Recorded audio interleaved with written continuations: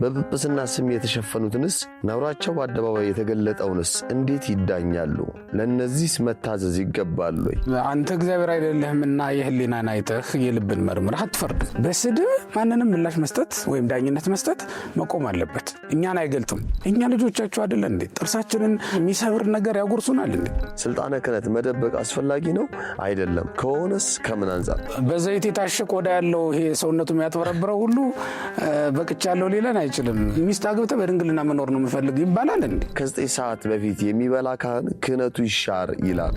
አይ እንግዲህ እናንተም አጣብዙት። ይበላው ከተገኘ እንብላ።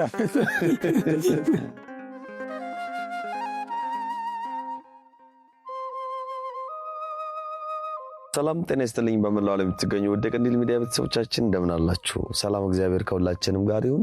ይህ ቀንዲል ሚዲያ ነው። መራግብራችን ተወዳጁ ፍትሐ ነገሥት መራግብር ነው። ዛሬም የጥያቄዎቻችሁን ምላሽ ይዘን ቀርበናል። እኔ ጥያቄዎችን እያነሳው ክቡር ሊቀ ሊቃውንት ስምዐኮነ መላክ ደግሞ የጥያቄዎቹን ምላሽ እየሰጡን እያስተማሩን ቆይታ እናደርጋለን። እናንተም እስከ መራግብሩ ፍጻሜ ከኛ ጋር ቆይታችሁን ታደርጉ ዘንድ ግብዣዬን አቀርባለሁ። ዛሬ አንቀጽ 5 ደርሰናል። የኔታ እንኳን ደህና መጡልን። እንኳን ደህና ቆየ። ዛሬ እንግዲህ አንቀጽ 5 ደርሰናል። አንቀጽ 5 ያው ኤጲስቆጶሳትን ጳጳሳትን የሚያነሳው ስለሆነ ብዙም ጥያቄው የለም። አንቀጽ 6ንም ዛሬ እንዳሳለን በዚሁ ምዕራፍ ላይ ማለት ነው። አንቀጽ 6ም እንደዚሁ 3 ጥያቄ ወይም እንደዚህ 4 ጥያቄዎች አሉት። በእነዚህ ጥያቄዎች ላይ ምላሽ እንሰጣለን ማለት ነው። የመጀመሪያ ጥያቄ የማደርገው አብርሽ ጌታነህ በሚል መጠሪያ ያሉ አድማጭ ተመልካቾችን ያደረሱን ነው። እግዚአብሔር ይመስገን፣ እግዚአብሔር ይመስገን፣ እግዚአብሔር ይመስገን። ነውራቸው በአደባባይ የተገለጠውንስ እንዴት ይዳኛሉ? ለነዚህስ መታዘዝ ይገባል ወይ? መናፍቃን የሆኑትንና በጵጵስና ስም የተሸፈኑትንስ ምዕመናን አባቶች ልንቀበል ይገባናል ወይ ብለዋል። መልካም። እንግዲህ በጥያቄያችን እንዳነሱት በአደባባይ የሚገለጥ ነውር አለ። በአደባባይ የተገለጠ ነውር ቤተክርስቲያን ዝም አትልም። የምትዳኝበት የራሱ የሆነ መንገድ አለ። አንዳንዴ ከቤተክርስቲያን ቀድሞ እያንዳንዱ ሰው በራሱ በግለሰባዊ ውሳኔ ግለሰባዊ ፍርድ ሲሰጥ የሚታይበት ሁኔታ ይታያል። ምናልባት በማህበራዊ ሚዲያ ጽፎ በማጋራት ሊሆን ይችላል። ሀሳቡ እንደ ማጋለጥ አይነት ነገር ነው። ግን እግረ መንገዱን የማህበራዊ ሚዲያ ተጠቃሚዎች እኛ ብቻ ባለመሆናችን ምክንያት አገልጋዮቻችን ወይም አባቶቻችንም ሊሆኑ ይችላሉ፣ ወገኖቻችን የሆኑ ሰዎች በጠቅላላ በየትኛው ማዕረግ ላይ ያሉ ሰዎች ለሌሎችም ሰዎች ተላልፎ ጉዳያቸው ወይም ምንድነው ነውራቸው ሲሰጥ ወይም ሲታይ ሲገለጥ እናያለን ማለት ነው። ቤተክርስቲያንም ብትሆን በአደባባይ የምታገለጣቸው ነውሮች አሉ። ለሰውየው ለብቻው የምትነግረው ወይም ሰውየው ብቻውን ጠርታ የምታርመው ነውር አላት። እንዲህ ያለ ነው የሚሄደው እንጂ ሁሉም ነውሮች በአደባባይ የሚገለጡ አይሆኑም። እንደ ቤተክርስቲያን ደግሞ ስርዓት ያለን አይደለም እንዴ? ስርዓት እኮ አለን። በቅዱስ ወንጌልም የተመዘገበው ወንድምህ ቢበድልህ ተብሎ በግልህ እንኳን ቢበድልህ ማለት ነው። እንደ ቤተክርስቲያን አይደለም። ወንድምህ ቢበድልህ በመጀመሪያ ራስህ ብቻውን አድርገህ ብቻህን ሆነህ፣ ሁለተኛ ደግሞ ከሰዎች ጋር ሆነህ፣ ሶስተኛ አንተንም እነሱንም ባይሰማቸው በምስክሮች ፊት ከመከርከው በኋላ ደግሞ እንደገና ለብቻ ንግራ ለቤተክርስቲያን ደግሞ አለ። ለቤተክርስቲያን አምጥተህ ትነግራታለህ። ከዛ በኋላ ጉዳዩን ቤተክርስቲያን ትይዘዋለች ማለት ነው። ዳኝነት የምትሰጠው እሷ ራሷ ናት። እንኳን በቤተክርስቲያን ጠላቶች ላይ ወይም በቤተክርስቲያን ቀኖና ላይ የድፍረትና የአመፅ ስራ በሰሩ ሰዎች ላይ ይቅርና በግልህ ላይ እንኳን አመፅም ባመጡ ሰዎች ግፍን ወይም ጥፋትን በፈጸሙ ሰዎች ላይ አንተ ራስህ እርምጃ እንዳትወስድ ታዛሃል ማለት ነው። አትፍረድ የሚለው ነገር እዚህም ላይ ይገባል። እንዳይፈረድብህ ነው የማትፈርደው። ምናልባትም አንተ እግዚአብሔር አይደለህምና የህሊናን አይተህ የልብን መርምረህ አትፈርድም። ከዚህ የተነሳ የምታየውን ነገር ላይ ተመስርተህ በምትፈርደው ፍርድ በምትሰጠው ፍርድ እውነትን ልታጠፋት ትችላለህ፣ ልትጨፈልቃት ትችላለህ። አለበለዚያ ደግሞ በሌላ ጎን ልትሄድ ትችላለህ። ፍርዱ ወደ አንተ እንዳያጋድል አትፍረድ የተባልከው ለዚህ ነው። አትፍረድ የሚለው ግን ሳትሾም ማለት ነው እንጂ ተሾመህ አትፍረድ ማለት አይደለም። የቤተክርስቲያን ሹማምንት በግላቸውም ቢሆን በጉባኤ የሚቀርብ ነገር ላይ ለብቻቸው ሊፈርዱ ይችላሉ ለጊዜው።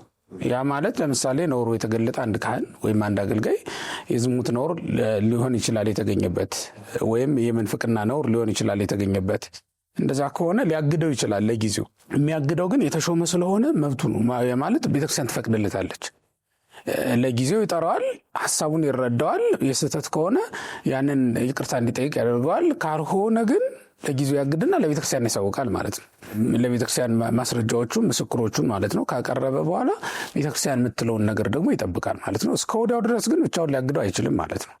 ብቻውን ሊከለክለው አይችልም። ቤተክርስቲያን በጉባኤ ልትፈታው የምትችለው ነገር ነው የሚሆን። ለምሳሌ አርዮስን እንውሰድ። አርዮስን በመጀመሪያ ወንድሞቹ መከሩት፣ በኋላ ለመምህራቸው ነገሩ። መምህራቸው ማስጠርተው ልጅ አስበው ከሆነ አትናገረው፣ ተናግረውም ከሆነ አትድገሙ የሚል ምክር ሰጡት። እሳቸውንም አልሰማቸውም። ሱባኤ ገቡ፣ በሱባኤ ተገለጠላቸው። ከዛ የማይመለስ መሆኑ ታወቃቸው፣ አወገዙት ማለት ነው። እሳቸው ብቻ ወግዘውት አልቀረም። ሌሎችም ቀጠናዊ ጉባኤያትም ተደርገዋል በሱ ምክንያት። 3 ጊዜ ጉባኤ እንደተደረገ ነው የሚነገረው። አሁን አርዮስ የተወገዘው በ325 ዓመተ ምህረት ነው አይደል? ግን ከ319 ዓመተ ምህረት ጀምሮ ጉባኤ ይካሄድ ነበር በሱ ምክንያት። ትምህርቱ ሳይሰፋ ገና ለማስቀረት ጥረት ተደርጓል።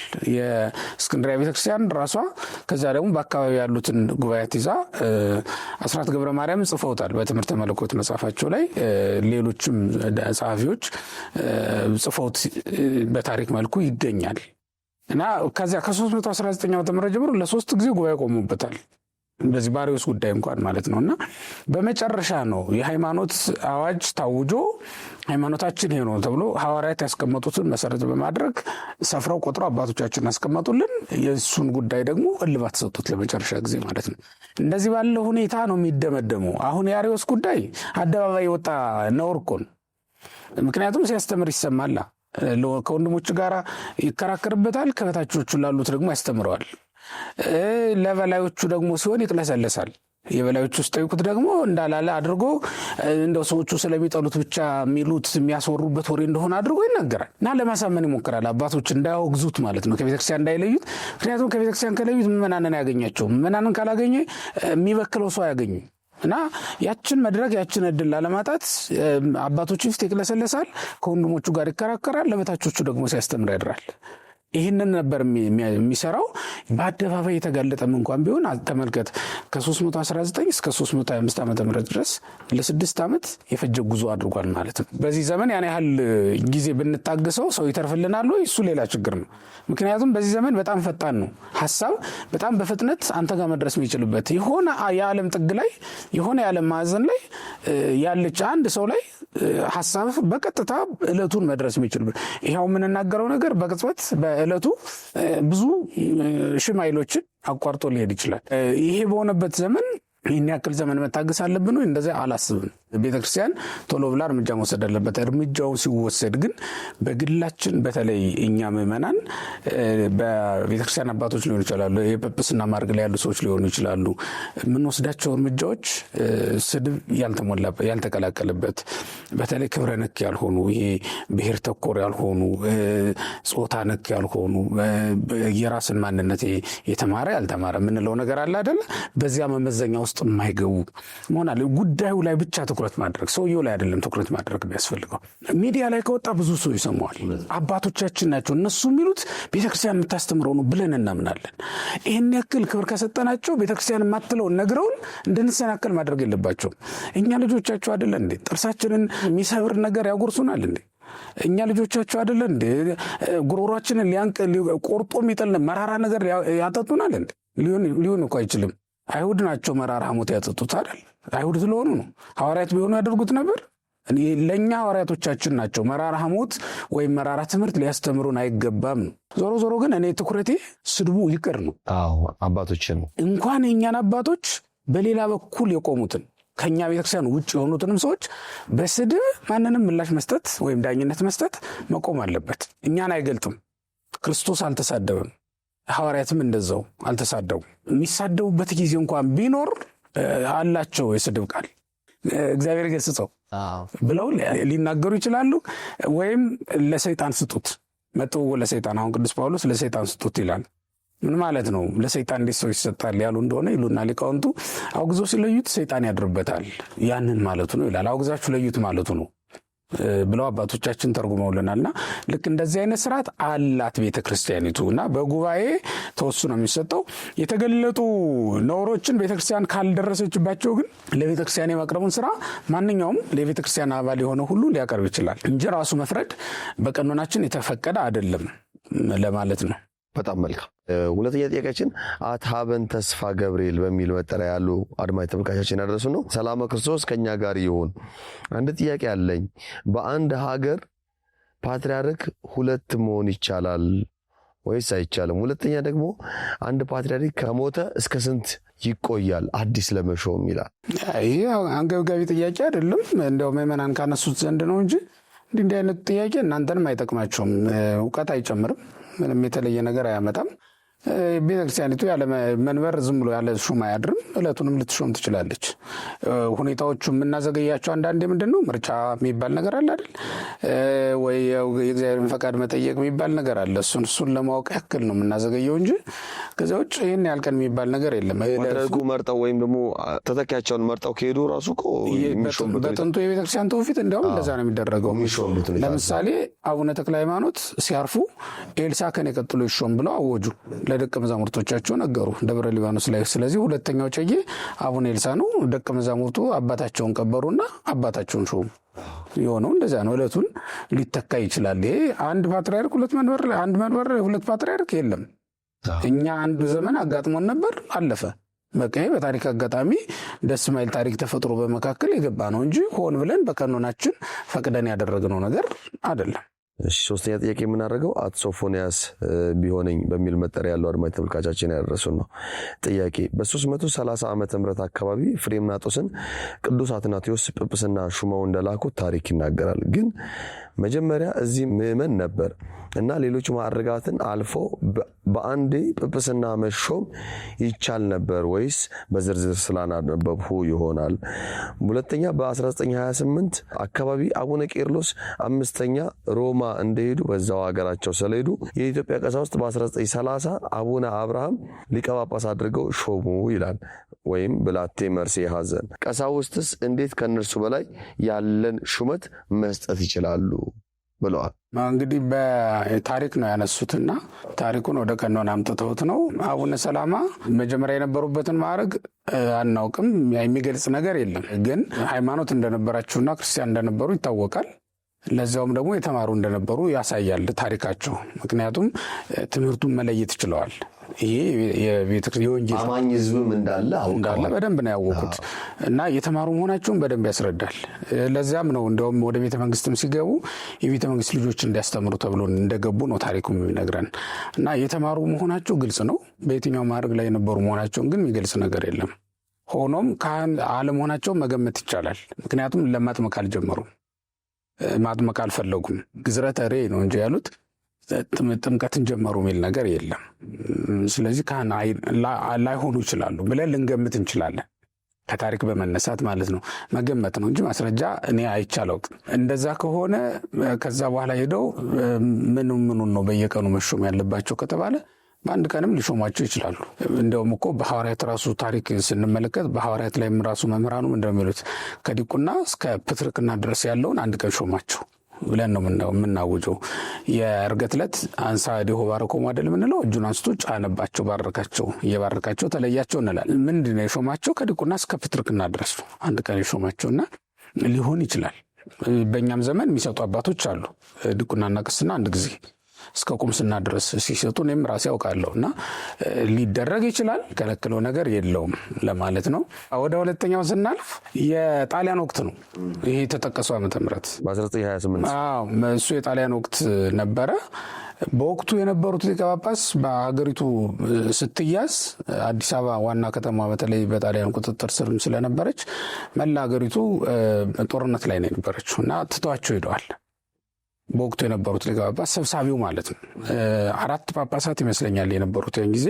እነሱን የሚሰበስቡ አምስተኛ ቁጥር እንዳልሳሳት ብቻ እንጂ አምስተኛ ይመስለኛል እሳቸው ነበሩ ሰብሳቢ። ትተዋቸው ሲሄዱ ነው ተሰባስበው እነዚህ ኢትዮጵያውያን ናቸው እና አቡነ አብርሃም ኢትዮጵያውያን ናቸው። እነሱ ተሰባስበው ከመካከላቸው አንዱን አቡነ ጴጥሮስም ያሉበት ማለት ነው። አቡነ ጴጥሮስም ነበሩ በዚያ ወቅት ሰማዕቱ አቡነ ጴጥሮስ ማለት ነው። እሳቸውም በነበሩበት ዘመን አብረው የተሾሙ ናቸው። እነዚህ ጴጥሮስ፣ አብርሃም፣ አቡነ ሚካኤል እነዚህ የነበሩበት ዘመን ላይ ነው እንግዲህ እና አቡነ አብርሃም ያኔ የጎንደር ነው የነበሩት። የጎንደርና የጎጃም ክፍለ ሀገር ጳጳስ ነው የነበሩት። በኋላ ላይ ግን እሳቸው ሲሄዱ ከመካከላቸው አንዱ መሾም ስለነበረበት ሊቀ ጳጳስ ሆኑ። ይሄ እንትን አይደለም እንደሱ እንዲመሩ ነው፣ ሰብሳቢ ነው የተሆኑት። አሁን ለምሳሌ አቃቤ መንበር ብለን የሰየምናቸው አሉ አይደለ? የፓትርያርኩ ተመርጠው እስኪያበቃ ድረስ የሾምናቸው አሉ። ቤተክርስቲያኒቱ በአንብሮት ወድ አይደለም ያን የምትሾመው በቃል ነው እንደዚሁ የሚሆነው እና ያንን ነው ሊቃውንቱ ተመካክረው አቡነ ገሌ ይምሩት ተብሎ የተሰጣቸው ስልጣን ወይም ኃላፊነት ነው የነበረው እንጂ ሊቀ ጳጳስ ማድረግ አይደለም፣ ሰብሳቢ ማድረግ ነው የተሰራው ስራ። ጥያቄውም እኮ ራሱ አቡነ አብርሃም ብሎ ይላል እና አቡነ አብርሃም ሊቀ ጳጳስ አድርገው ሾሙ። አቡነ አብርሃም ብሎ ከዛ ሊቀ ጳጳስ ማድረግ ያው ሊቀ ጳጳስነታቸው የቃል ነው ማለት ነው። የቃል ነው፣ ጉባኤውን እንዲመሩ ነው። ከዚያ ያለፈ ነገር የለ። የስልጣን አይደለም ለማለት ነው፣ የማዕረግ አይደለም። ወደ አንቀጽ 6 ላይ የሚነሱትን ጥያቄዎች ወደ ምላሹ እናልፋለን ማለት ነው። አሁንም እስከ መርሐ ግብሩ ፍጻሜ አብሮነታችሁ ከኛ ጋር እንዲሆን ግብዣዬን አቀርባለሁ። የመጀመሪያ ጥያቄ የማደርገው አት ኪዳነ ቃሏ በሚል መጠሪያ ያሉ አድማጭ ተመልካቾችን ያደርሱ ነው። እባካችሁ ከወንድም ዲያቆናት ጋር ክህነታቸው እየደበቁ ያስቸገሩ ስለሆነ ክህነት ባለው አገልጋይ የሚፈጸሙትን ተግባራት ስርዓቱ በማይፈቅደው እየተፈጸመ ስለሆነ ይህን ጥያቄ አብራሩልን። ስልጣነ ክህነት መደበቅ አስፈላጊ ነው አይደለም? ከሆነስ ከምን አንጻር? አንድ አገልጋይ ዲያቆን ክህነቱን ከተቀበለ መደበቅ አለበት ወይስ የለበትም ብለዋል። አንተ ሚስት አግብተህ ሚስትህን ቤት የምታውላት የምትደብቃት፣ ሰው ሲመጣ የምትደብቃት ከሆነ የምትፈራው ነገር አለ ማለት ነው። ወይ ውበት የላትም፣ አለበለዚያ ደግሞ የሚቀማህ የሆነ የምትፈራው ኃይል አለ ማለት። ከዚያ ውጭ ሚስት የሚያስደብቅ ጉዳይ የለም፣ ነውር አይደለም። ክህነቱንም የሚደብቅ ሰው ካለ የሚፈራው ነገር አለ፣ የሚጠራጠረው የሆነ አቅም ያጣበት ነገር አለ ማለት ነው እንጂ ክህነት ሽጉጥ አይደለም፣ በወገብ ውስጥ የምትይዘው አይደለም፣ በግልጽ የምታገለግልበት እና ተልእኮህን የምትወጣበት ነው። በነገራችን ላይ ሁላችንም ማዕረገ ክህነቱን ስንሾም እኔ እንዲያውም አንዳንድ ሰዎች ቅስና እንሾም ብለው ሲጠይቁኝ መክራቸው ምን ብዬ ነው፣ ኃላፊነቱን ከተወጣህ እድሜ ቢደረሰ አልደረሰ አይደለም። በ80 ዓመቱም እኮ ሊሾም ይችላል አንድ ሰው። ለምን እድሜ እኮ ሳይገፋ ለምን ካህን አትሆንም ለምን ይባላል? ማዕረገ ክህነቱ የሚያዛቸው ትእዛዛት አሉት። ካህን ከሆንክ በኋላ ቀብጎሙ ለመሬት ያለ የሚለው መንጋዎችን ጠብቁ ነው። ከዛ በኋላ መንጋ የመጠበቅ ችሎታ አለህ ወይ? መጠበቂያውስ አለህ ወይ? መንጋ ስትጠብቅ ተኩል አለ፣ መንጋ ስትጠብቅ ጫካ መውረድ አለ፣ መንጋ ስትጠብቅ ምሳ ሳትበላ መዋል አለ። እነዚህም ሁሉ ነገሮች ትችላለህ ወይ? መመገበስ ትችላለህ ወይ? መንጋው ሳይጠግብ ቢመለስ ባለቤቱ ይቀጣል። የመንጋው ኃላፊ አድርጎ ሾመዋልና ማለት ነው። እኔ የሚገባኝ ምን እንደሆነ ታውቃለህ? ከብት የሌለው እረኛ አይባልም። ሲጀመር እረኛ ተብለህ ለመጠራት ምን ያስፈልጋል? መንጋ ያስፈልጋል። አለበለዚያ እረኛ አይደለም። እኛ ከተማ ውስጥ ዝም ብሎ በየቤቱ የተደበቀ እረኛ የሚባል ስም የተሰጠው ሰው አስቀምጠን ምንድነው ትርጉሙ? ሐኪም ቤት ገብቶ የማያገለግልን ሰው ሐኪም ብሎ መጥራት ምን ትርጉም አለው? ምንም ትርጉም የለውም። ወርቅ ነጋዴ ወይም አልማዝ ነጋዴ ከሆነ እሱ ሐኪም የሚለውን ስም መተው አለበት። ምክንያቱም ወርቅ ብር ሊያከማቸው የሚፈልጉ ፍጡራን አይደሉም፣ ሊታከሙ የሚፈልጉ ሌሎች ነው የነበሩት። እና በሽተኞችን ማየት የማይፈልግ ሰው ሕክምና መማር የለበትም። በማዕረገ ዲቁናም ውስጥ ሆኖ ቤተክርስቲያኒቱ በሾመችው ስርዓት መሰረት ማገልገል የማይፈልግ ወይም የማይችል ሰው ማገልገል የለበትም። ሚስት እኮ የምታገባው ፈቃዷን ለመፈጸም ነው። ሚስት አግብተህ በድንግልና መኖር ነው የምፈልግ ይባላል እንዴ? ሊባል አይችልም። እንደዚያ እስከሆነ እሷ ስትኖራለች ወይ? እንደዛም የሚባል ነገር የለም። ክህነት የሚቀበል አንድ ሰው ቤተክርስቲያንን ለማገልገል ነው። ያ ማለት የተቀበልከው ማዕረግ የራስህ አይደለም፣ ምዕመናን እንዲገለገሉበት ነው መንፈስ ቅዱስ አንተን ያሾመላችሁ። እና ሲጀመርም እኮ እኛ ቤተክርስቲያን ውስጥ ስለሌለ ነው እንጂ ልምዱ በሐዋርያትም ቀኖና በሌሎችም አብያተ ክርስቲያናት እንደሚደረገው ምዕመናን ካህን ያስፈልገናል ሲሉ ነው ካህን ተመርጦ እገሌን ሹሙላችሁ ተብሎ የሚሾም የነበረው። ልክ ዛሬ ጳጳስ ያስፈልገናል ሲባል እንደሚሾመው ማለት ነው። አሁን እኛ ጳጳሳቱ ላይ ብቻ ነው ትክክለኛው ያሿሿም ስርዓት ያለን። እንጂ ወደ ታች ስንወርድ ልክ አይደለም። የፈለገ ነው የሚሾም እንጂ የፈለግነው አይደለም። ይሄ ደግሞ አደጋ በሚያስፈልጋት ቦታ ላይ ቤተክርስቲያኒቱ ትሹም እንጂ አሁን ቤተክርስቲያናችን የኢትዮጵያ ቤተክርስቲያን በተለይ ማለት ነው የተጎዳችበትን ልንገር። አንደኛ ትምህርት የሚያስፈልጓትን የትምህርት አይነቶች ለይታ አታበረታታም። አሁን ያ ማለት ትምህርቶቿ ላይ እንኳን በዚህ ዘመን አሁን የሚያስፈልጉ የትምህርት አይነቶች ሁሉም ያስፈልጋሉ፣ ግን የበለጠ ደግሞ በዚህ ዘመን ላይ የቸገራት ምንድን ነው? የትኛው የትምህርት ዘርፍ ቢጎለብት ተጽዕኖ ማምጣት ትችላለች። አሁን መንግስት ይቀያይራል ፖሊሲውን። የሆነ ጊዜ 70-30 የሚባል ፕሮግራም ነበር የሆነ ጊዜ ታስታውሳለህ? ናቹራልና ሶሻል 70-30 የትኛው 30 የትኛው ረስቼዋለሁ። ሶሻል ደግሞ 30 እንደሱ አይነት ነገር ነበረው መንግስት። ከዛ ይመልስና ደግሞ 50-50 ይልሃል። ለምንድን ነው እንደዚያ የሚያደርገው? በወቅቱ ገበያ ላይ ያለውን እጥረት ተመልክቶ ነው፣ አጥንቶ ነው። አሁን እኛ ገበያ ላይ ያለውን ችግር እንኳን አናጠናም። ስለማናጠና ምን ላይ ነው ችግርን ወደ ምንድን ነው ተማሪውን ማስገባት ያለብንና ልጆቻችን ማበረታታ። አሁን ገዳማዊ ህይወትን ብናበረታታ ነው በጣም ትርፋማ የምንሆነው ወይስ ጋብቻን ላይ ብንሰራ ነው ትርፋማ የምንሆነው የሚለው ነገር እኮ ተጠንቶ ነው መሰራት ያለበት። አሁን ዝም ብሎ የፈለገ ነው የሚያደርግ። የሚመነኩስም የፈለገ ነው፣ ገዳም የገባ የፈለገ ነው፣ የሚያገባም የፈለገ ነው። በእርግጥ የሰውየውን ፈቃድ ተመስርቶ ነው የሚሰራው ስራው። ግን ቤተክርስቲያን ደግሞ አቅጣጫ የምታሳይበት ሁኔታ አለ። ልክ የግብፅ ቤተክርስቲያን አደረገችው እንደሚባለው እና ሀቢብ ጊዮርጊስ ከተነሱ በኋላ ተቀዛቅዞ የነበረው የህይወት ክፍል ገዳማዊ ህይወት ነው። እዛ ላይ ነው ስራ የሰሩት እና አብዛኛው ሰው እንደውም ወደ ገዳማዊ ህይወት እስኪያዘነብልባቸው ድረስ ማለት ነው። በትምህርት የማይለወጥ ነገር የለም። የሰውን ፈቃድ በትምህርት ማስቀየር ትችላለህ። ምክንያቱም ትምህርት ነው ሰውን የሚያመንነው ዓለማዊ የሚያደርገው። ያንን ማድረግ ነበረብን እና ትምህርቶቿ ላይ ትኩረት ሰጣ ለመስራቷ ዋጋ አስከፍሏታል። አሿሿሟ ላይም ልክ እንደዛው። አሁን በጣም የሚያስፈልገን እኔ ዜና ሆኖ 1000-2000 ዲያቆን ቄስ ሾሙ አባቶቻችን ብፁዕ አቡነ ገሌ ይሄን ያህል ሾሙ ሲባል ደስ አይለኝም እውነቱን ስነግርህ። ምክንያቱም በዛ 1000 ምናምን እንትን መካከል ምን ያህሉ ነው የቤተክርስቲያኒቱን ዓላማ ተረድቶ የተሾመ የሚለውን ነገር ስታጠና ልክ አይደለም፣ ልክ አይመጣልህም። ስለማይሆም ነው አንዳንድ ጊዜ ብፁዕ አባታችን አቡነ አብርሃም ካየሁባቸው እኔ ካየኋቸው የተለየ ነገር ወይም ደግሞ ደስ የሚለኝ ነገር አስቀድመው ትምህርት ያሰጣሉ። ለአንድ ሳምንት ትምህርት እንዲሰጥ ይደረጋል። ስርዓተ ትምህርት ወጥቶለት በደንብ በስነ ስርዓት ነው። አሁን ስልጠና ማለት ነው፣ ስልጠና ይሰጣል። አሁን ክህነት የሚሰጡበት ቦታ ጽርሐ ጽዮን ገዳም ነው። እዛ ላይ ጥሩ ልጅ ተቀጥሯል። አሁን መምህር ቃለ ጽድቅ የሚባል ልጅ ነው። በዘመናዊም 2ኛ ዲግሪ አለው። በዚህ በቤተክርስቲያኒቱም አዲስ ኪዳን ተመርቋል። አሁን ብሉይ ኪዳን እያጠና ያለ ልጅ ነው። ጥሩ አድርጎ ነው ያወጣው። እንትኑን ራሱ ስርዓተ ትምህርቱን በደንብ አወጣው። መምህራንን መደበ። ለአንድ ሳምንት ያክል ጥሩ ስልጠና ነው የተሰጠው። መምህራን እየተተካኩ ማለት ነው። በነገር ሃይማኖት ላይ፣ በስርዓተ ቤተክርስቲያን ላይ ልዩ ግን ጉርምርምታዎች ነበሩ። ምክንያቱም ሰልጣኞች ማረፊያ ስፍራ የላቸውም። ከብዛታቸው የተነሳ ምግብ ማዘጋጀትም አይቻልም። አስቀድሞ የታሰበበት የታመነ አምናበት ቤተክርስቲያኒቱ በሙሉ አቅሟ የገባችበትም ስላልሆነ ሰልጣኞቹን ያማርራል፣ ያሰለቻል። ለመምህራኑም ማኔጅ ማድረግ ያስቸግራል። እንዲህ አይነት ችግሮች ነበሩበት እንጂ ሀሳቡ በጣም ወርቅ ነበር። በሁሉም አድባራት በሁሉም አህጉረ ስብከት ሊፈጸም ይገባው። ግን ምን ታደርጋለህ? በአመት አንድ ጊዜ ከሆነ የሚሰጡት በአመት 2 ጊዜ 3 ጊዜ ሊያደርጉት ይችላሉ። ከዛ እቅድ ይወጣል። በዚህ ቀን፣ በዚህ አመት፣ በዚህ ወር እነገሌ ክህነት ይቀበላሉ። ክህነት ከመቀበላቸው በፊት ስልጠና ይሰጣቸዋል። የሚገርመው ይሄ ደግሞ በአረቡ በብፁዕ አባታችን በአቡነ ዲሜጥሮስ ይሄ በአመት አንድ ጊዜ ነው ክህነት የሚሰጠው። እሱም የጰራቅሊጦስ ቀን ነው። በቃ የሁሉም የሚሰጥ ለሁሉም ከሁሉም ሀገረ ስብከታቸው ተሰባስበው ደግሞ ልክ እንደዛ ይመጣል ማለት ነው። በጣም አሁን የካቲት 1 ነው ቅዳሴ ቤቷ የቤተክርስቲያኗ የካቲት 1 ነው የሚሰጡት ብፁዕ አቡነ አብርሃም። ድሮ አቡነ በርናባስ የጥር ጊዮርጊስ ይሰጡ ነበረ። እንዲህ አይነት አባቶቻችን የራሳቸው የሆነ የወሰኑት ውሳኔ ቀን አላቸው።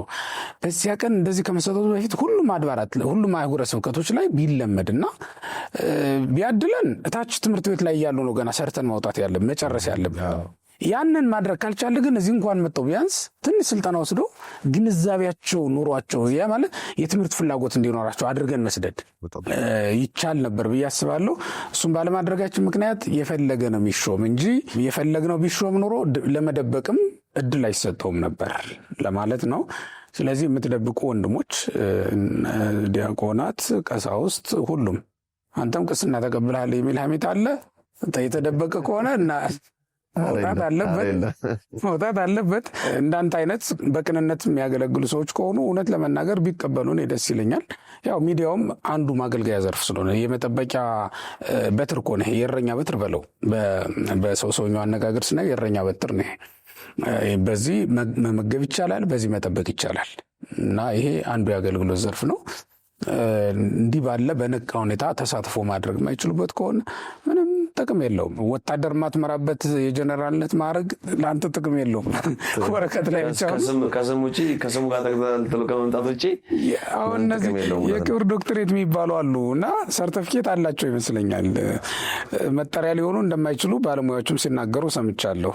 አንዳንድ ቦታ ላይ መጠሪያም ሲያደርጓቸው እናያለን። የክብር ዶክትሬት ማለት ነው በሌላ አነጋገር። ክህነት ደግሞ የክብር ዶክትሬት ሊሆን ይችላል። በዚህ ምድር በተቀበልከው ክህነት ታገለግልበታል፣ በሰማይም የአገልግሎትን ዋጋ ትቀበልበታለህ። በዚህ ምድር እንደ ካህን ሆነ ኑሮ በሰማይም እንደ ካህን ነው መኖር ያለብህ። በዚህ ምድር ካህን ሆነ በሰማይ ምእመን ሆነ ልትወርሳት አይገባም መንግሥተ ሰማያትን። እና በምድርም በሰማይም ካህን መሆን ካለብህ ወይም ከፈለክ ማገልገል ይኖርብሃል ለማለት ነው። ጥሩ ጥያቄ አንስተው ነው። በጣም ጥሩ። ሌላ ጥያቄ @HFG በሚል መጠሪያ ያለው አድማጭ ተመልካቻችን ያደረሱን ነው። ቃለ ሕይወት ያሰማልን መምህራችን ሊቀ ሊቃውንት ስምዐኮነ መላክ እንዲሁም ወንድማችን ዲያቆን ቀዳሜ ጸጋ፣ ቀንዲል ሚዲያ ብዙ ተጠቅሜበታለሁ። ጥያቄ አለኝ። ጥያቄ ስርዓተ ክህነት የሚፈርስባቸው ነገሮች አሉ። አንድ ዲያቆን ወይም ቄስ ክህነቱን የሚያሳጣ ስራ ከሰራ ክህነቱ ፈርሷል፣ አያገለግልም ይባላል። መርጌታ ከሆነ ግን ክህነቱ ወይም ድቁና ወይም ቅስናው ቢያፈርስ መርጌትነቱ አይፈርስም ይባላል። ማህሌት ይቆማል። ቅስናም ቢኖረው ግን ቅስናው ይፈርሳል። ግልጽ ብታደርጉልኝ። መርጌታ ከክህነት ውስጥ አይደለም ወይ? ልዩነቱስ ምንድነው? አመሰግናለሁ ብለዋል። መርጌታ ማለት ክህነት አይደለም። ካህናት ሊሾሙት ግን የሚችሉት ነው። ወይም ካህናት ሊጠሩበት ይችላሉ። ወይም መርጌቶቹ ካህናት ተብለው ሊጠሩ ይችላሉ። እንዳጠቃላይ መርጌታ ማለት መሪ ጌታ ነው የሚለው ማህሌቱ ላይ ያለውን ስርዓት የሚመራ ማለት ነው። ቀኝ ጌታ፣ ግራ ጌታ የሚባሉ አሉ በማህሌት ቋንቋ። ቀኝ ጌታ የቀኙን ክፍል ይመራል፣ ግራ ጌታ የግራውን ይመራል። ቃለ እግዚአብሔሩ ሲባል በቅብብሎሽ አሁን ለምሳሌ ቅዳሴ ሲሆን ተሰጦ እንላለናል። የካህን የዲያቆን የሕዝብ እያልን ማለት ነው እንላለን። እዚያ ደግሞ በቀኝ ወይ በግራ ነው የሚባለው። ከዚያ መሪ ተመሪ ነው የሚባለው። እንትኑ ስርዓቱ በራሱ የተሰራው ቃለ እግዚአብሔሩ በቀኝ በግራ መሪ ተመሪ የሚል ነው። በቅብብሎሽ ዘህብረት ይባላል። ሚቃኝ አለ፣ በህብረት ይባላል። እንዲህ አይነት ስርዓቶች ነው ያሉት እና ከዚያ መካከል መሪ ጌታ ማለት ዋናው መሪ ጌታ ተብሎ ይጠራል ማለት ነው። ቀኝ ጌታውንም ግራ ጌታውንም ሊያዝዝ የሚችል ስልጣን ያለው ሰው ነው እሱ ማለት ነው። ከክህነት ማዕረጋት ውስጥ ግን አይደለም። ለዚህ ነው የክህነት ማዕረግ ያላቸው ሰዎች የሚገቡበት ቤተ መቅደስ ውስጥ ገብቶ ስላልሆነ አገልግሎት የሚፈጽመው። ክህነት ባይኖረውም ለዘማሪነት በማህሌት ውስጥ ሆኖ አገልግሎት ይፈጽማል። ያው ምዕመንነቱን የሚከለክለው የለም አይደል? ክህነት ነው እንጂ ያሳጣ ነው። ምዕመንነቱን የሚከለክለው የለም። ያ ማለት መንግስተ ሰማያት አትቀርበትም። ንስሐ ገብቶ እየቆረበ እየጸለየ እየዘመረ ሊቀጥል ይችላል። በሰማይም ይዘምራል። ለዛ ነው የማንከለክለው ለማለት ነው። በጣም መልካም። ሌላው አሁንም ኪዳነ ቃሏ በሚል መጠሪያ ያለው አድማጭ ተመልካቻችን እዚህኛው በየምዕራፉ ላይ ነው። አንቀጽ 5 ላይም ጠይቀዋል። አንቀጽ 6 ላይም እንደዚሁ ጥያቄያቸውን አቅርበዋል። ጥሩ ተከታታይ ጥሩ አድማጭ ነው። ለዛም ነው እኛም ጥያቄያቸውን ያላለፍ ነው። መጽሐፈ መነኮሳት ላይ ከ9 ሰዓት በፊት የሚበላ ካህን ክህነቱ ይሻር ይላል። በአሁኑ ወቅት ብዙዎች ካህናት ከ9 ሰዓት በፊት ሲመገቡ መመልከት ብዙም አዲስ አይደለም እና መምህር በዚህ ጉዳይ ከብዙ ዲያቆናት ጋር ሳወራ አይሻርም እያሉኝ ስለሆነ እስቲ እርሶ ምላሽ ቢሰጡበት አደራ ብለዋል። አይ እንግዲህ እናንተም አጣብዙት። ሊበላው ከተገኘ እንብላበት። ሲጀመር የጾም ሕግ 9 ሰዓት ነው። ሁሉም ሰው እንግዲህ አንድ ነገር ግልጽ ሊሆንልን ይገባል። እኛ 9 ሰዓት ያደረግነው የክርስቶስ የመስዋዕት ሆኖ የቀረበባት ሰዓት ስለሆነች ያንድን በማዘከር ነው። ማንኛውም ሰው የክርስቶስ ፍቅር ካለው እስከዚያ መቆየት አይከብደውም። ነገር ግን የክርስቶስ ፍቅር በውስጡ ከሌለ ሰዓቱ ይረዝበታል እና ከዛ ቤታች ሊመገብ ይችላል። በነገራችን ላይ ምዕመናን ሊያውቁት የሚገባ አንድ ነገር ግን አለ። ሁሉም ካህን እንደው ሲበላ ከዛ በታች ሲበላ የሚያዩት ካህን ሁሉ ስጋዊ ሆኖ አይደለም። ሁሉ አይደለም፣ የለም ማለት አይደለም። ሆዱን ወዶ የሚበላ አለ፣ ግን ስጋዊ ሆኖ አይደለም። አንደኛ በሽታ ያለበት ሰው ይኖራል። ሁለተኛ ያን ሰዓት በልቶም እኮ የሚያቆም ሊኖር ይችላል። መነኩሴው እንዴት በዚህ ሰዓት ልትል አይገባም። ከዚያ ሰዓት በኋላ የማይበሉ እኮ አባቶች አሉ፣ በቀን አንድ ጊዜ የሚመገቡ ማለት ነው። በዜናው አሉ አንድ አባት አሁን ማለዳ የሚመገቡ እና በቀን አንዴ ነው የሚመገቡት። ግን ይነቅፏቸው ነበር መነኮሳቱ ያችን ሰዓት ስለሚመገቡ። ብዙ ጊዜ ከበቁ በኋላ በተለይ ሰዓት አይመርጡም። ብቻ ምግብ ነው የሚወስኑት እንጂ ሰዓት አይደለም የሚወስኑት። አሁን ምዕመናኑ ከመሰናከልም ለማዳን ብዬ ነው የምናገረው እንጂ ለሆዳሞቹ መንገድ እየከፈትኩ አይደለም። እንደዛ አይሆንም፣ እንደዛ ሊሆን አይችልም። እናውቀዋለን እኮ በዘይት የታሸ ቆዳ ያለው ይሄ ሰውነቱ የሚያጠረብረው ሁሉ በቅቻለሁ ሊለን አይችልም። እና መብቃት በመጠውለግ ይታወቃል ላይሆን ይችላል። በእርግጥ ግን ምንድነው እሱ በዋናነት እኔ ምዕመናኑ ከነቀፋ መዳን አለባቸው። እያየው ነበር የሆነ ቀን እንደውም ለእኔ ምልክት ስለሌለኝ እኔም ልበላ ነው የገባሁት። በእንግድነት መጥቼ እዚህ አዲስ አበባ ነው እና ሊጋብዙኝ ይዘው የገቡት ካህናት ናቸው። እነሱ ምልክት አላቸው። ያው እኔም ለመታጠብ አብሬ ሲሄድ ግን አየሁ አይደል ይሄ ቄስ አሁን እየበላ ይላል። ግን ለቄሱ ብቻ ነው ያ ሰዓት የተወሰነው። ምዕመናኑም እኮ መጾም አለባቸው እንደ እውነቱ ከሆነ 9 ሰዓት ማለት ለሁሉም የተሰጠ ነው። ግን ደግሞ ምንድን ነው መሰለ በዚህ ዘመን ካለው የስራ ሁኔታ ጋር ሊመጣጠን የሚችል አይደለም እንደ እውነቱ ስታየው።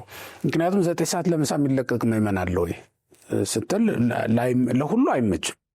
በካህናቱም ዘንድ እንደዚህ አለ። የቢሮ ሰራተኛ አለ፣ ልዩ ልዩ አገልግሎት ላይ ያለ አለ። የቤተ መቅደስ አገልግሎት ብቻ አይደለም አሁን ያለን አገልግሎት በዚህ ዘመን። ከእሱ አንጻር ምናልባት የስራ ሁኔታቸው አስቸጋሪ ሆኖባቸው ሊሆን ይችላል። በበሽታ ምክንያት ተጨንቀው ሊሆን ይችላል። ብቻ በዚያ ሰዓት የሚበሉበት ምክንያት ከነሱ በቀር የሚያውቀው የለም። እግዚአብሔር ነው የሚያውቀው ሌላውን ነገርና ለእግዚአብሔር መተው ጥሩ ነው። ምዕመናኑ ይህን ያክል በመሰናክል ውስጥ መግባት የለባቸውም። አባቶቻቸውን በመንቀፍ መሰናክል ውስጥ መግባት የለባቸውም። ካህናትም ለምዕመናን ሲሉ ቢያንስ ለእግዚአብሔር እንኳን ባይሉ ለምዕመናን ሲሉ ሊያከብሩ ይገባል። እውነት ለመናገር አንዳንዴ እንደው ይልም አይስማ ብለው አደባባይ ላይ የሚያደርጉት ሁሉ ስላሉ ነው እንደዛም ብለው። ለሰው ብለን ክርስቲያን አልሆንም እንደ እውነቱ ሲሆን፣ ግን ደግሞ ለሰዎች አብነት ልንሆን የሚገባ ከሆነ እንቅፋት ላለመሆን ጥረት ማድረግ ይገባል። አለበለዚያ ደግሞ እንቅፋቱን ሁሉ አስወግዱ ይባል የለ አባቶች ምክር ሊሰጡ ይገባል። አቡነ አብርሃም እንደመጡ መጀመሪያ የወሰኑት ውሳኔ በጣም ደስ የሚለው መነኮሳት ከዛሬ ጀምሮ ሆቴል ገብተው መጠጥ ይዘው ታዩ ቢባል ብለው ማስጠንቀቂያ ሰጡ። አደባባይ ላይ ነው የተናገሩ። እንደውም እና ምዕመናኑ ሁሉ ካያችሁ ንገሩኝ እርምጃ ወስዳለሁ ብለው ተናገሩ። በካህናት ጉባኤ ብቻ አይደለም የተነገረው። ምክንያቱም በጣም ጉርምረምታዎች ነበሩ። መነኮሳቱ በአልኮል ይዘው ይታያሉ፣ ከተማ ላይ የማይሆን ስፍራ ላይ ይገኛሉ፣ በማይሆን ሰዓት የማይሆን ቦታ ላይ ተቀምጠው ይታያሉ። ያኔ ደግሞ ይሄ ዋይፋይ ምናምን የሚባለው አልፎ አልፎ ነው የነበረው እና የሚገኝባቸው ቦታዎች ትልልቅ ሆቴሎች እንደዚህ ነው የነበሩት። እሱን ለመጠቀም ብለው የሚገባሉ። ምን እንደሚጠቀሙ አያውቁትም፣ ያስጮፉታል፣ ምን ይሉታል። ብቻ ለነቀፋ የተጋለጠ ነው ህይወታችን። እንደዛ ስለነበረ እንዲህ አይነት እርምጃዎችን እንደወሰዱ አስታውሳለሁ። ለህዝቡም ትልቅ ደስታን የፈጠረ ለአባቶችም በኋላ ላይ ልክ ነው ብለው እንዲቀበሉት ያደረገ ማለት ነው። እንደዛ እንቅፋትን የማስወገድ ስራ እንደዚህም መስራት ይቻላል፣ ከአባቶችም ከመሪዎችም ለማለት ነው። እና ሁላችንም ተባብረን መንግስተ ሰማያትን መውረስ ነው ዓላማችን። ቤተክርስቲያናችንን ከነቀፋ ከነውር ማዳን ነው ዓላማችንም። እና እንዲያው ስጋዊ ስለሆነ ማንኛውም ሰው አይብላ ይጠጣ አንልም። ሰው በሚገኝበት ስፍራ ሁሉ ቢገኝ ኃጢአት ነው እያልን አይደለም። እንደው በደፈናው የምንወቅስ አይደለንም። ግን ለቤተ ክርስቲያን ክብር ሲባል የራሳችንን ፈቃድ መሰዋት ግድ ይለናል። ቤተ ክርስቲያን ትከብር ዘንድ እኛ ዝቅ ማለት ወይም ፈቃዳችን ማጣት ማለት ነው፣ መነጠቅ፣ መቀማት ይባላል። ቅዱስ ጳውሎስ ያለው አለ አይደል? ስጋ መብላት ኃጢአት አይደለም፣ ግን ወንድሜን የሚያሰናክለው ከሆነ ለዘላለም ነው እኮ ያለው። ይበልስ ጋር ለዘሉፍ ይሄን ያክል ፈቃዳቸውን መተው አለባቸው ለምዕመናን ሲሉ። አባቶቻችን ይሄን ሊሰሙን ይገባል። መነኮሳቱ በተለይ ካህናቱ በተለይ ይሄን ሊሰሙን በደንብ ይገባል። ለኛ ሲሉ ፈቃዳቸውን እስከ መሰዋት ድረስ እሺ ሊሉን ይገባል እንጂ ቢያደርጉት ኃጢአት ነው እያልን አይደለም። እኛን ካሰናከለን ግን ይተውልን ለኛ ሲሉ። እኛ መንግስተ ሰማያትን እንድንገባ አይደል እነሱ የመነኮሱት። ያ ማለት የመነኮሱት ስለ የክርስቶስን መከራ መቀበል ፈልገው ነው በዋናነት። ግን የሚያገለግሉት ግን እኛ እንድንጸድቅላቸው ነው። ምዕመናን ልጆቻቸውን አስከትለው መንግስተ ሰማያት መግባት ነው ዓላማቸው፣ እሱ ነው እንጂ ከመንኩስና ውጭ ቢኖሩ የተሻለ ኖሮ ስለማይኖሩ አይደለም። ወይም ከክህነት ውጭ ሌላ አገልግሎት መስጠት እየቻሉ መኖር አልችል ብለው አይደለም። ብዙዎቹ ብዙ አማራጭ እያላቸው ነው ይህንን አገልግሎት የመረጡት። ለምን? ክርስቶስ ወደ ዓለም የመጣበት ዋናው ዓላማ ሰዎችን ማዳን ነው። ሰውን ማዳን ትልቅ ስራ ነው ማለት ነው። በሌላ አነጋገር ክርስቶስ የሰራው ስራ ስለሆነና አንድ ሰው ለማዳን ምንድን ነው ማድረግ ያለብኝ? ምንድን ነው እኔ ራስ የሚመለከተኝ? አንድ ሰው ለማዳን እስከምን ድረስ ነው መሄድ ያለብኝ? ምን ነው መተው ያለብኝ? ራሴን እስከ ማጣት ድረስ እኮ ዋጋ ልከፍል ነው ካህንም ሆነው ወስኜ ማለት ነው። እና በፈቃዴማ ድርድር የለም። በቃ እተዋዋለሁ። በምዕመናን ላይ ድርድር የለም ማለት ነው። የምዕመናን ፈቃድ ይሁን ብሎ መተው ይገባል ለማለት ነው። እግዚአብሔር ይስጥልን። በጣም መልካም። እግዚአብሔር ይስጥልን። ኔታ ቃልዮት ያሰማልን። እንግዲህ በአንቀጽ 5 እና በአንቀጽ 6 ላይ የተነሱ ጥያቄዎች እነዚህን ይመስላሉ። ስለተከታተላችሁ በጣም እናመሰግናለን። ጥሩ ተደርጎ ተብራርቶልናል፣ ተምረናል።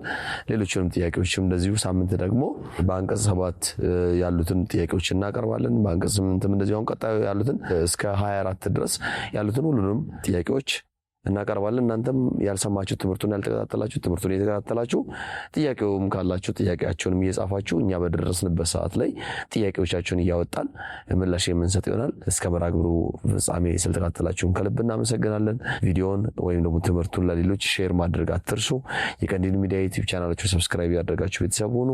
ሳምንት በአንቀጽ 7 እስከምንገናኝ ቸር ቆዩልን።